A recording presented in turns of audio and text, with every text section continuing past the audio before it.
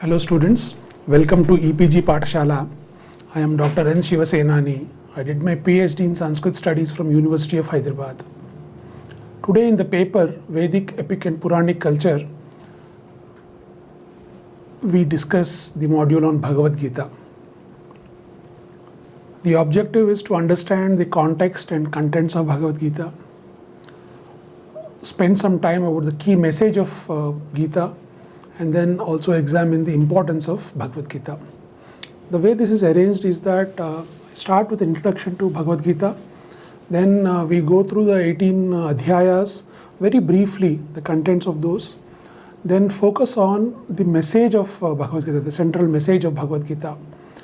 Later we also see the importance of this text in ancient and modern India before concluding. Bhagavad Gita is the most celebrated text of India. It is the most translated Indian text into English and into Indian languages from Sanskrit. It is in fact the most influential work in Indian thought. Where does this occur? It occurs in the Mahabharata, in the Bhishma Parva. As the war is about to start, Arjuna looks at his brothers, teachers, elders, relatives and friends in the opposing army, and then he starts getting doubts about war. Is he supposed to kill all his relatives and friends for the sake of kingdom? What will happen to the Kshatriya Varna if all the Kshatriyas get killed in the war? Because all the major Kshatriyas of that time were ranged on both sides. Arjuna does not want to fight. Then on the battlefield, Krishna teaches him Bhagavad Gita. In fact, after listening to that, Arjuna resumes the fight. This is the context. The first chapter and the first 10 verses of the second chapter, in fact, give Arjuna's view. So a part of what I'm saying right now is a part of Bhagavad Gita as well. The message of Lord Sri Krishna starts from the 11th shloka of second chapter proper. But this is the context of Bhagavad Gita. This is the consequence of Bhagavad Gita. The context bears repetition. Arjuna, a warrior, does not want to fight because he is confused whether his duty is the right thing to do. His friend, guide and philosopher then tells him he ought to fight. He resumes fighting. So this always needs to be kept in mind. Bhagavad Gita is not it is not removed from a context. It is in a very particular context of a person discharging his duty, getting doubts about it, and then being counseled to actually go and discharge the duty, even if there are certain unpalatable side effects of that. Now, what are the contents of Bhagavad Gita? It is divided into 18 chapters called Adhyayas. It's about 700 shlokas long. In fact, the Mahabharata itself describes it as having 745 shlokas. But the oldest version of Gita that we have, the version commented upon by Shankaracharya, has 700 and in some reckonings 701 shlokas. It is divided into 3 groups of 6 chapters each called the Karma Shatkam, Bhakti Shatkam and the Jnana Shatkam. That means in each of these groups of 6, initially karma is explained, then bhakti, and then the Jnana Marga is explicated. Let us start with the contents of Bhagavad Gita, starting with Karmashtakam, that is the 6 chapters dealing with karma. The first chapter is called Arjuna Vishada Yoga. It describes the sorrow of Arjuna, which we already explained in the introduction. The second chapter is called the Sankhya Yoga. Sankhya here means knowledge. It explains the form of the universal soul, how Kshatriya Dharma requires that war be waged, and how it also explains the Nishkama Karma Marga and qualities of a Sthita Prajna. In fact, it touches upon most aspects that will be later elaborated in the other chapters. The third chapter is the Karma Yoga. Arjuna asks as to which of Jnana or Karma is better. Krishna explains Karma Marga of doing karmas without involvement, love or hatred, the necessity of performing karmas like yajnas, and the devices to overcome the Arishad Varga, the 6 internal enemies of Kama, Krodha, Lobha, Mada, Matsarya, etc. The fourth chapter is called Jnana Yoga. It starts with a description of Bhagavan, followed by details of Nishkama Karma Marga. Then the superiority of Jnana Yajna and the greatness of Jnana is described. I draw your attention to the contents of chapters 3 and 4. One talks about karma, another talks about jnana. There's a specific question of Arjuna as to which is better. And then Krishna teaches both. It does not stop here. In the next chapter, we come to the karma sannyasa yoga. Sannyasa means giving up in this context, that is giving up karma. It starts the difference between doing karma and giving up karma and establishes that what is to be given up is the expectation of result. Again, this has a question by Arjuna. Krishna, what is better, doing karma or giving up karma?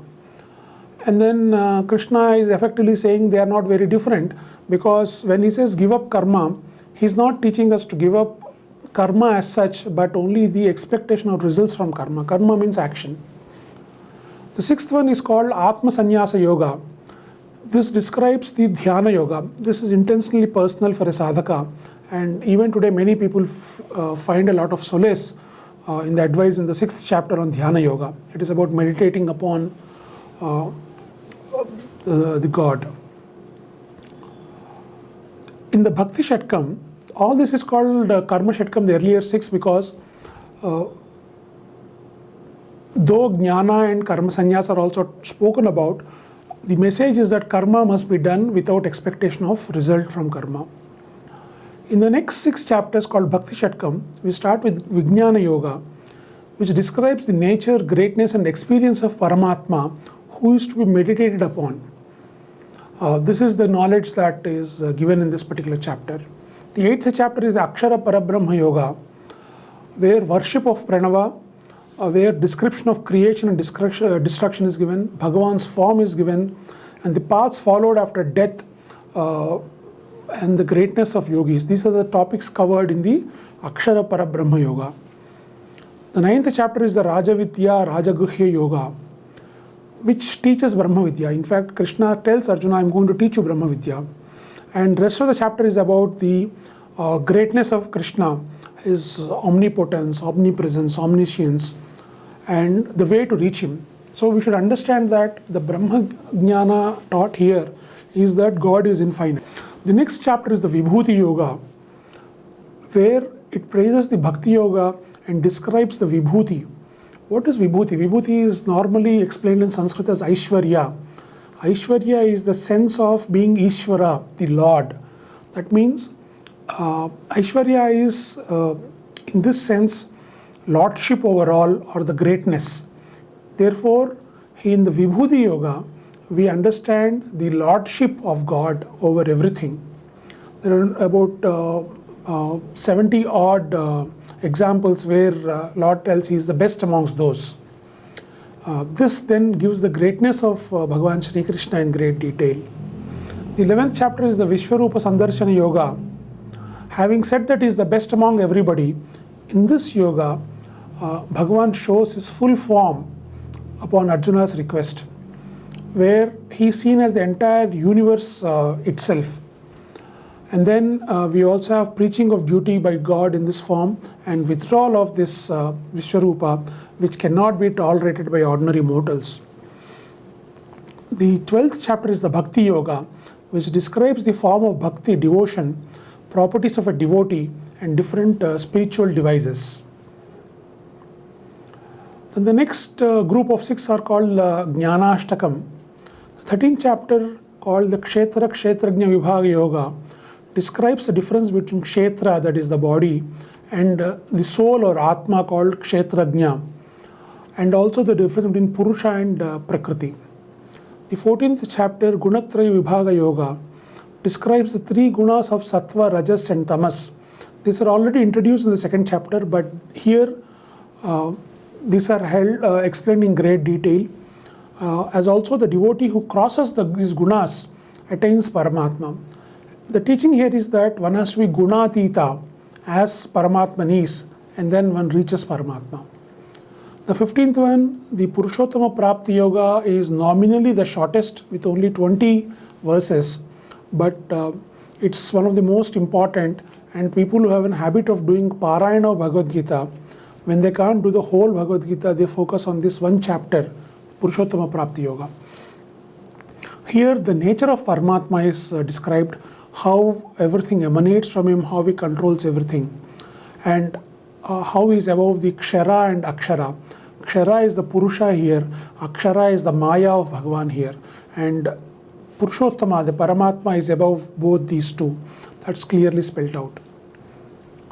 In the 16th chapter called Daivasura Sampat Vibhaga Yoga, two kinds of wealth, Sampat, that is Daivi Sampat and Asuri Sampat, are described. These are nothing but virtues and vices in English. Their consequences are described, especially the consequences of vices. And the sadhaka is encouraged to adopt virtues and give up vices. In the 17th chapter, Shraddhatra Vibhaga Yoga, we have three kinds of Shraddha. In this, Shraddha means commitment. The three kinds are Sattvic, Rajasic and Tamasic. The three kinds of food, the three kinds of yajnas, the three kinds of tapas, three kinds of dana are described. What Bhagavan is saying is that just because one practices a virtue, it is not sufficient. It has to be practiced with the right approach, with the right kind of commitment, with the right kind of thought. Here we also see the explanation of the three terms Om, Tat and Sat. The final chapter is the Moksha Sannyasa Yoga.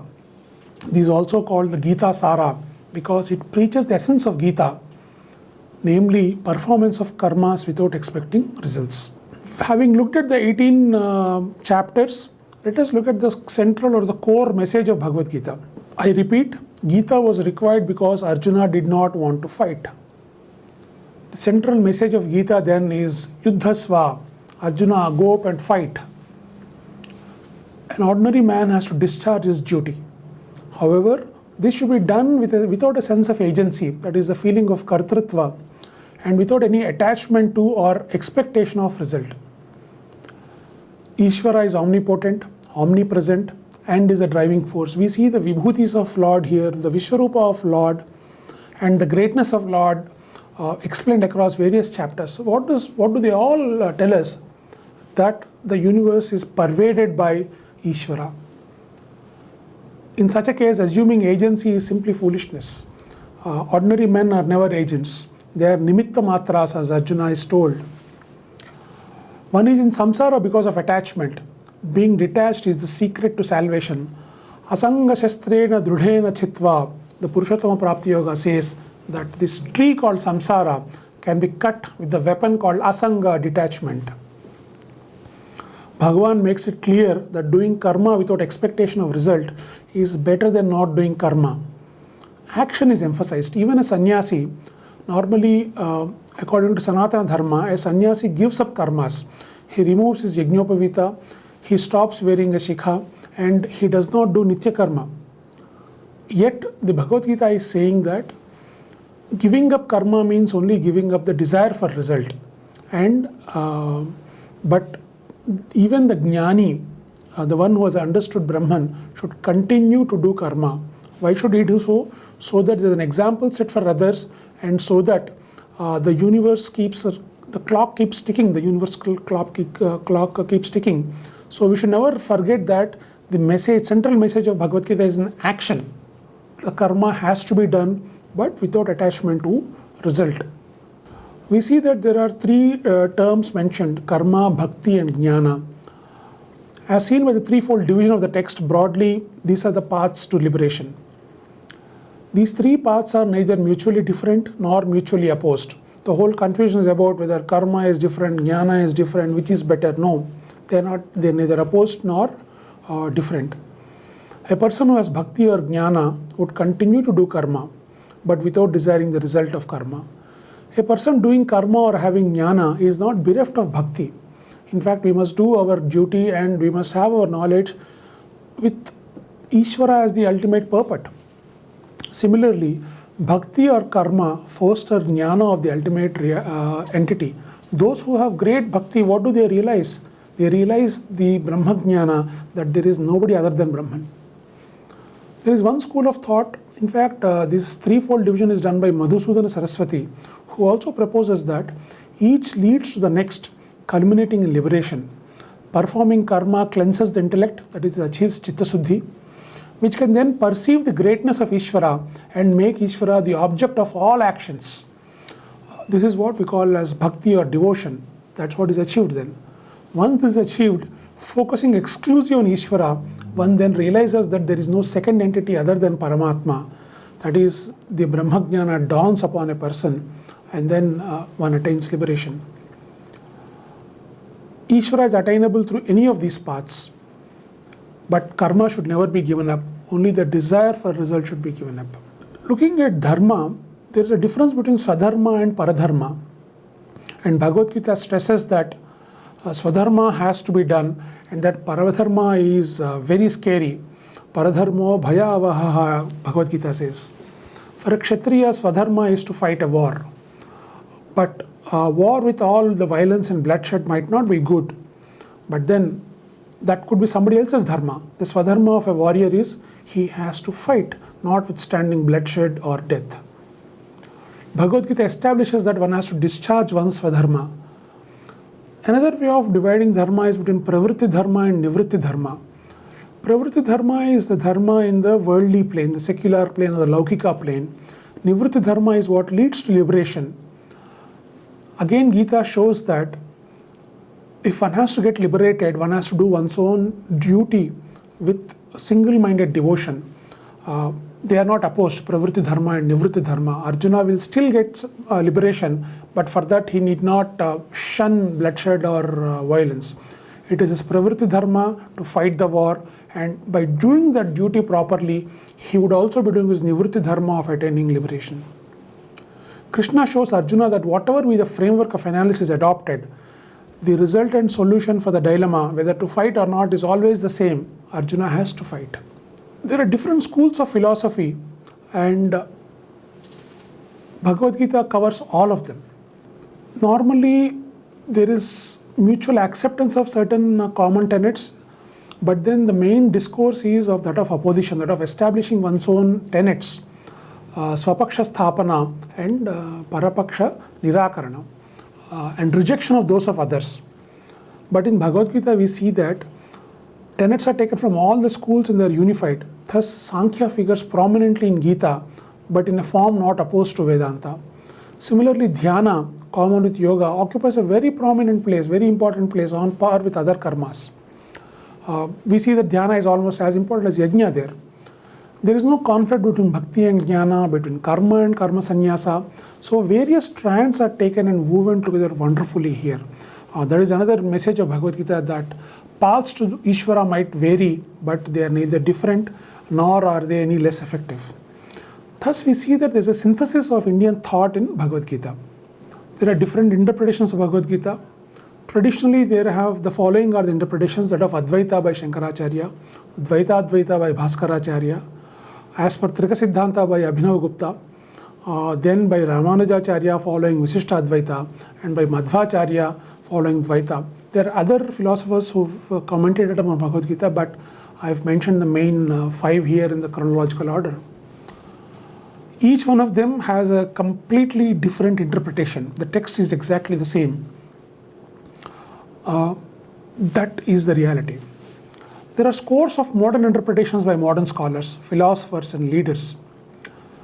In all this, what we need to see is that there is apparent conflict between various chapters, but the traditional commentators achieve what is known as ekavakyata, that is unity of meaning of the entire text.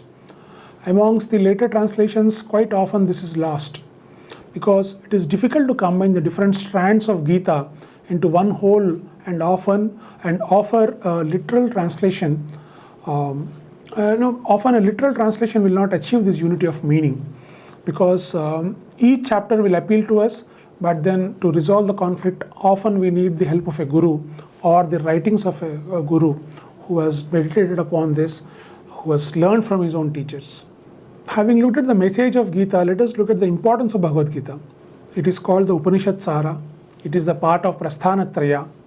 It is in fact the most influential text of Indian philosophy and an essential text to connect to the public. Each of these things we'll examine in some detail going forward.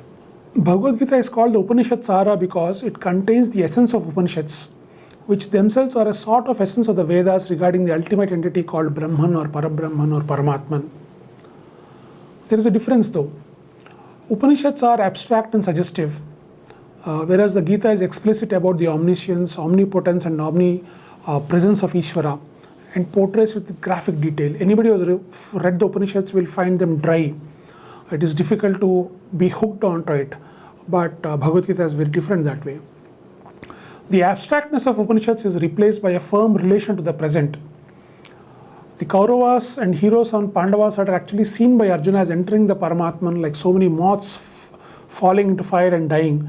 Therefore, when Upanishads say that Brahman is the destination of all jivas, it is abstract. But here in Bhagavad Gita, it's a very graphic portrayal where Arjuna is seen as, Arjuna is shown how all jivas fly into the fiery mouth of Bhagavan and die there. In an age where the Vedas were not easily accessible, the secret and essence of this was presented to the layman in Bhagavad Gita. That is why it is called the Upanishad Sara. It is also part of the three texts called Prasthanatraya. These are the three main texts of Vedanta, the most prominent system of Indian philosophy. The three main texts are Vedas, but mainly the Upanishads. In fact, we can say only Upanishads. Occasionally Vedas are quoted, but Upanishads are the basis for Vedanta. The second text is the Vedanta Sutras or Brahma Sutras or Sharirika Sutras. The third text is the Bhagavad Gita. Vedas contain the base material, the basis on which Vedanta tenets stand. The Vedanta Sutras or Brahma Sutras are a critical exegesis of the Upanishads with focus on about 2000 sentences from the Upanishads. Brahma Sutras are a sort of critical discussion as to what each sentence of Vedanta would mean. Elaboration is there, argumentation is there. Then Bhagavad Gita is the practical aspect of this philosophy, the application of all this knowledge. What do we see here? There's a dilemma or confusion for Arjuna. This is common to everybody in their own spheres. Now, a wise person, knowledgeable person is asked for advice, who then brings all this knowledge to bear upon the present situation and suggests a course of action. This is what Gita provides. The Prasthanatraya traditional order of study was first the Vedas were studied, within that Upanishads, followed by the Brahma Sutras, and finally Bhagavad Gita was studied. This was the order. And the relative places of each of these three texts is that Vedas are Apaurusheya, the source of all dharma, the ultimate. Whereas Brahma Sutras are written by Badarayana, who was so knowledgeable that he could divide the Vedas, who wrote the Mahabharata, who composed the Puranas. Against that, he himself is an avatar of Bhagavan. Bhagavad Gita is the direct word of God. So each of these three are very, very important. Within that, Veda is the highest authority. Bhagavad Gita is treated as a Smriti, slightly lesser in importance than Veda. And then third comes Brahma Sutra in terms of importance. But in terms of material, it could be a different order. In this, the order of studies was Upanishads followed by Brahma Sutras, followed by Bhagavad Gita. It was thought that till one mastered the Upanishads and their complete content through a discussion in Brahma Sutras, one could not understand the full import of Bhagavad Gita because it's a practical situation. We cannot release a doctor to treat a patient till he finishes his studies. Similarly, a philosopher had to study Upanishads and get it examined through Vedanta Sutras and only then go to the world and do practical cure. But nowadays, for the last 100 years or so, the new institutions have reversed the order, or sometimes only Bhagavad Gita is the only text taught or studied. It has now become a sort of portal to the Upanishads and to the Vedanta Sutras, wherein certain segments of Bhagavad Gita are taken and the import is explained by reference to these old texts. So whatever be the order of study, these are the three pillars of Vedanta, Bhagavad Gita being one of the main three pillars. This text has been called the most influential text of Indian thought. Professor Sarvepalli Radhakrishnan, the former president of India, says so in his book on Indian philosophy. Gita is given the highest status both by the learned scholar and the layman and is studied in great earnest. At one level, it is the most accessible text, while revealing the essence of Upanishads and other schools when dug deep. The more we read Bhagavad Gita, in fact, it's a common experience that people keep reading it multiple times and every new reading gives them a newer layer of meaning. that is the depth of this text. Yet, it is so accessible that one without any formal training can start straight away reading it. All Vedantic philosophers wrote a commentary on Gita to establish their school. In fact, a Vedantic school is not established till they interpret Bhagavad Gita in a manner which is agreeable with the school's main tenets.